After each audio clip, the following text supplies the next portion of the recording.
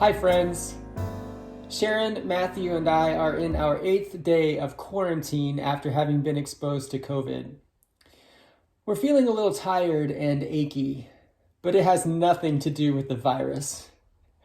We have spent the last 8 days pulling up carpet, removing staples, doing the necessary cleaning afterwards, moving furniture, sorting through books and boxes, and shoveling snow. Here's a picture of Matthew and me working on pulling out staples in the back staircase. Sharon was working at the bottom and she snapped the photo. Let me just say, it's a good thing we did not start with the staircases.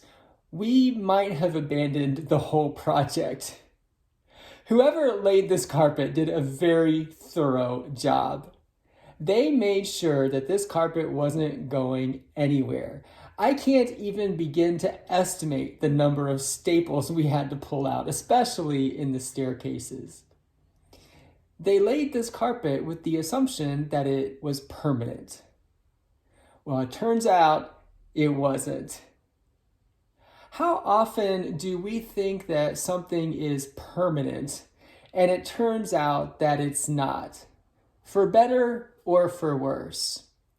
On the for better side, if you pick a college or a career or a volunteer role and find out that it's not the best fit for you, you're not stuck. You can change it. It's not permanent.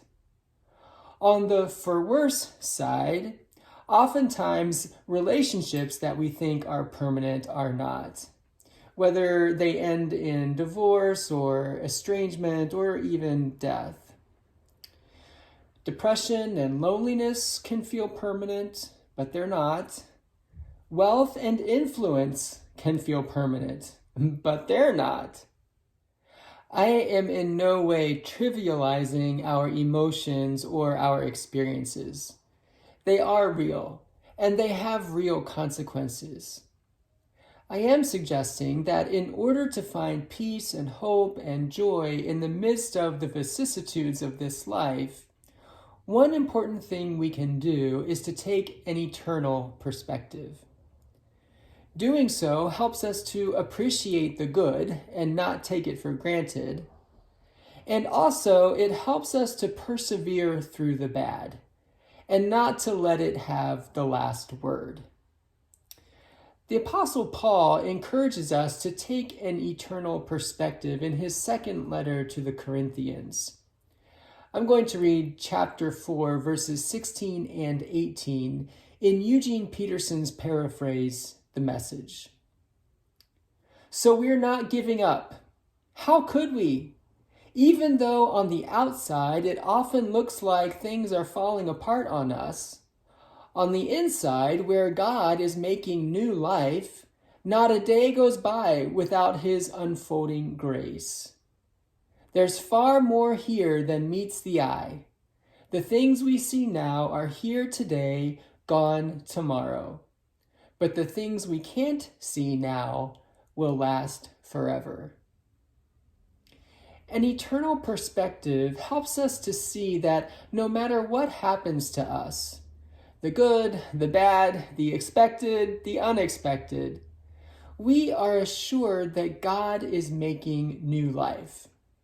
Now, of course, that life will be perfected when we are united with God in heaven, but it is already being formed in us now.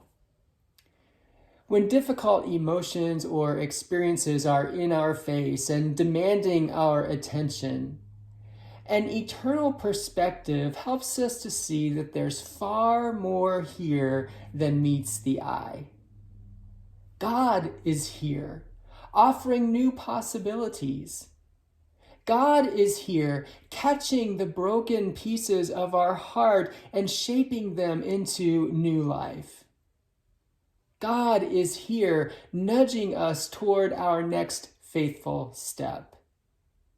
God is here, unfolding his grace before us so that we will not give up, but instead will experience new and abundant life here and now and forever. That promise is permanent. No amount of pulling or prying can remove it from our heart. Thanks for listening. I'll see you again soon.